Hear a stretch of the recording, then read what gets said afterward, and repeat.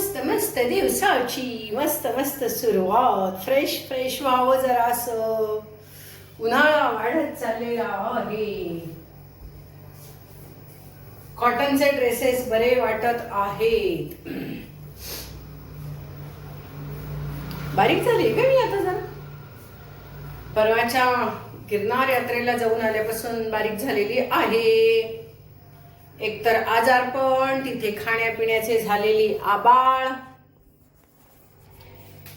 आणि तेवढ्या पायऱ्या चढायच्या आणि उतरायच्या, त्यामुळे सगळं फॅट जळून गेलेलं आहे. सो आधीच मी बारीक, त्यात आणि जरा बारीक झालेली आहे. Feeling fresh fresh fresh fresh. सहज मी आत्ताच्या ट्रिपमध्ये गेले होते, त्यावेळेला तिथे नागेश्वर ज्योतिर्लिंग, सोमनाथ ज्योतिर्लिंग यांचा योग आला दर्शनाचा. 12 ज्योतिर्लिंगांपैकी एक ना ते. तर त्या ठिकाणाहून नुसतंच दर्शन करून आले नाही, तर काही माहिती पण मला मिळाली, आणि ती माहिती मला तुमच्याशी शेअर करावीशी वाटली.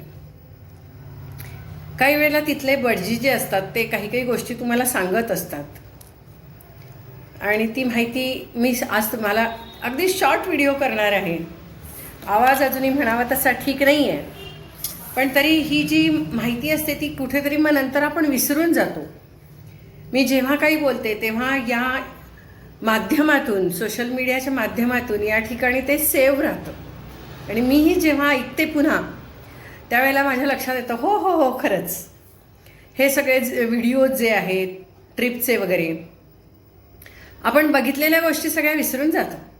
पूर्वीचं तर मी परदेशमध्ये हिंडलेलं सगळं विसरून गेलेली आहे. काहीही लक्षात नाही आहे, काही नाही. पण हे जे मी आत्ता व्हिडिओ करते त्या निमित्ताने मला तर ते लक्षात राहणारच आहे सर्व, कुठे कुठे गेले होते काय.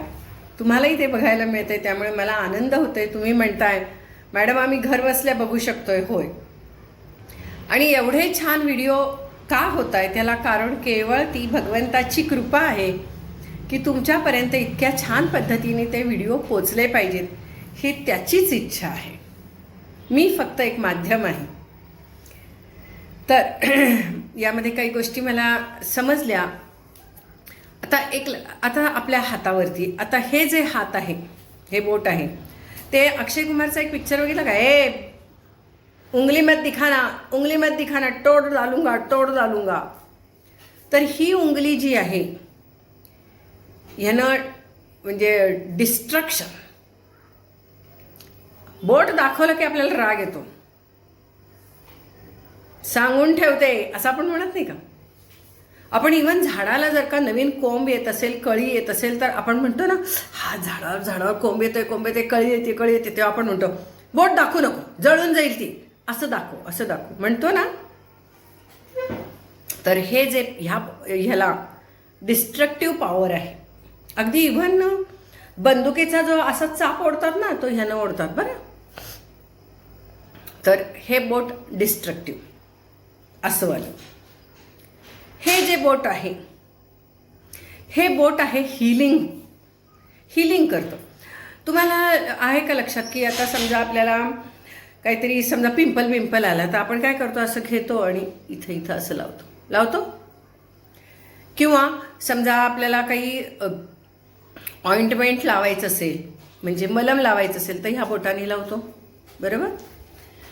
तसंच आपण बऱ्याच वेळेला एवढं पिऊ नका हो, ताक दिवसाला काय होईल ते. तर हे जे आहे बोट, ह्याला हिलिंग पॉवर आहे. म्हणजे समजा तुमचं डोकं दुखतंय, तर तुम्ही अमृतांजन घेता असं बाटलीत ना, आणि असं लावून घेता ना, हिलिंग पॉवर आहे. तर त्यामुळे ह्या बोटाचा उपयोग हिलिंगसाठी होतो. तुमच्याला समजा कुठे काहीतरी दुखत असेल, काय करत असेल, तर या बोटाने असं फिरवायचं. कुठं जॉईंट दुखत असाल तर, जे काही तुम्ही तेल लावत असाल ते असं लावायचं. याला हिलिंग पॉवर आहे या बोटाला. या सगळ्या तिथल्या गुरुजींनी सांगितलेल्या गोष्टी सहज बोलता ते सांगतात ना.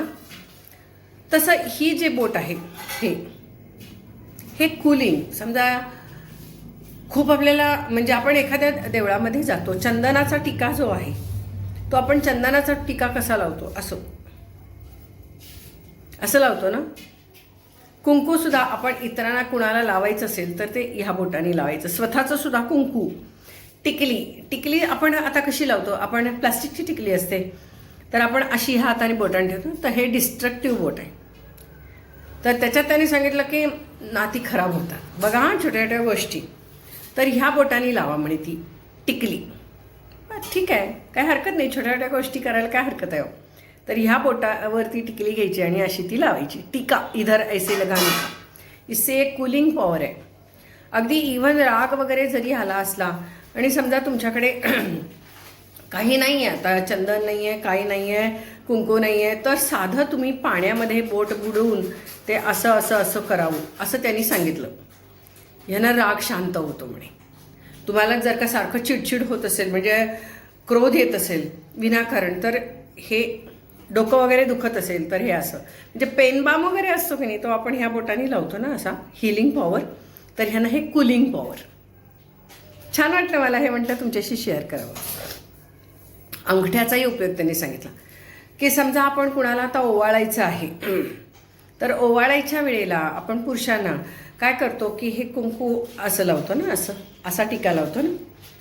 समजा कोणी गावाला जाणार आहे, गावाहून आलेलं आहे, तर या बोटाने असं आपण गंध ओढतो ना, असं टिका लगाना. तर ह्याच्यामध्ये तुम्ही पॉवर देता, आशीर्वाद देता, पॉवर ट्रान्सफर करता, डिवाईन पॉवरची मागणी करता, तर ती ह्या बोटाने. तर त्यामुळे ह्या बोटाने टिका लावायचा ओवाळताना असं सांगितलं.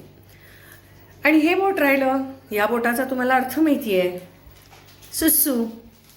अगदी पहिल्यापासून आपल्याला माहिती ह्या बोटाचा अर्थ. तर खरंच आहे त्याचा तसाच अर्थ आहे. तर समजा तुम्हाला काही सूचे काही प्रॉब्लेम्स असतील तर तुम्ही हे असं दाबावं, असं त्यांनी त्या गुरुजींनी सांगितलं बरं तिथं. ते मी तुम्हाला सांगते. जे टिका लावता लावता ह्या गोष्टी त्यांनी सांगितल्या, ऐसे करना ऐसे करना ऐसे करना. मला ते खूप छान वाटलं. म्हटलं तुमच्याशी ते या गोष्टी आपण शेअर करूया. छोट्या छोट्या गोष्टी असतात, सहज या शेअर करायला काय हरकत आहे. अगदी त्यांनी एवढं सुद्धा सांगितलं की तुम्ही जेव्हा देवीला जात असता तेव्हा जाताना तुम्ही पांढरी साडी, त्याला लाल ओढणी असं घेऊन जा, लाल चुंदरी. फार चांगलं असतं, देवीला ते खूप आवडतो. लाल साडी, हिरवी साडी आणि पांढरी साडी, या 3 साड्या देवीला खूप आवडतात. पिवळी साडी. तर हे 3-4 रंगाचं जे आहे ते घालून गेलात, शृंगार व्यवस्थित करून गेलात, वेणी घालायची, लिपस्टिक लावायची, हे मांग भरायची, अगदी सगळे दागिने वेगवेगळ्या पद्धतीचे घालायचे, हातातलं गळ्यातलं घालायचं, पायात पैंजण घालायचे, सगळं घालायचं. असं तुम्ही देवीला जेव्हा ओटी भरायला जाता तेव्हा तुम्ही स्वतः असं सजून जा. ते देवीलाही खूप आनंद वाटतो, देवीसारखं सजून तुम्ही गेलेलं. तर हाही मला त्यांचा आहे खूप आवडला आणि मला ते तुमच्याशी शेअर करावंसं वाटलं, सांगावंसं वाटलं. आणि त्यांनी सांगितलं की पांढरे, गुलाबी, पिवळसर ह्या रंगाचे कपडे तुम्ही जास्त वापरत जा. ह्यानं एक म्हणजे त्यांनी असं सांगितलं की त्यानं शुक्रप्रभाव येत होतो. पण मला त्यातलं काही फारसं कळत नाही. पण ते म्हणले ह्यानं तुम्हाला ह्या गोष्टी तुमच्या ज्या आहेत की एखादी गोष्ट, चांगली गोष्ट, पॉझिटिव्हिटी तुमच्यातली वाढण्यासाठी म्हणून या गोष्टी फार आवश्यक आहेत. त्यांनी सांगितलं काळं घालू नका, निळं घालू नका. म्हणजे देवीचे ज्या दिवशी दिवस असतात त्या दिवशी तर अजिबात ह्या गोष्टी घालू नका असं त्यांनी सांगितलं. तर नाहीतरी आपण काळं आणि निळं हे साधारणतः बुधवारी आणि शनिवारीच घालत असतो. तर मला ह्या आपल्या कळत नकळत आपल्या घरातल्यांनी ज्या गोष्टी सांगितलेल्या असतात, हे असं करा असं करा, तर ह्याला कारणं माहीत नव्हती आणि ती कारणं माहीत झाली. त्यामुळे मला फार छान वाटलं, मस्त वाटलं. म्हटलं सांगून टाकावं तुमच्याशी, बोलून टाकावं. तुम्ही मग कोणीतरी म्हणाल असं काय तुम्ही सांगता, हे जाता जाता करायच्या या गोष्टी आहेत, याला काही पैसे लागत नाहीत की काय लागत नाही. श्रद्धा अंधश्रद्धा असलं बोलण्यात काही अर्थ नाही. हे सहज आपल्या आईवडिलांच्या आईकडनं आलेलं ज्ञान, मावशीकडनं आलेलं ज्ञान, आजीकडनं आलेलं ज्ञान पुढे पसरवायचं, एवढंच हे यातनं काम आहे. जे मधल्या काळामध्ये आपल्याला माहीत नव्हतं की हे ज्ञानच आपल्याला, कारण ती माणसंच नाहीत आपल्यासोबत राहत, त्यामुळे आपल्याला ते ज्ञान माहीत नसतं. आणि त्याला ज्ञानच म्हटलं पाहिजे, जरी त्याला कारण माहीत नसलं तरी ते ज्ञानच आहे, माहितीच आहे. आणि कळत नकळत जर का एखादी गोष्ट आपण अशी करून जर काही गोष्टी चांगल्या होत असतील, आयुष्यात काही सकारात्मक घडत असेल तर काय हरकत आहे असं मला वाटलं, आणि म्हणून मग मी ही गोष्ट तुमच्याशी शेअर केली. कसं वाटतंय? म्हणून मला वाटलं की आपण वेगवेगळ्या जेव्हा देवळांना जातो, तीर्थक्षेत्रांना जातो, त्या ठिकाणी गाईड घ्यावा. ते गाईड असं छोट्या छोट्या गोष्टी खूप साऱ्या सांगत असतात. विदाऊट गाईड जर का तुम्ही हिंडून आलात, 100 रुपये वाचवायला गेलात, तर तुम्हाला हे सगळं ज्ञान मिळत नाही. त्यामुळे कुठल्याही तीर्थक्षेत्राला गेलात तर 100 रुपये वाचवू नका, गाईड जरूर घ्या.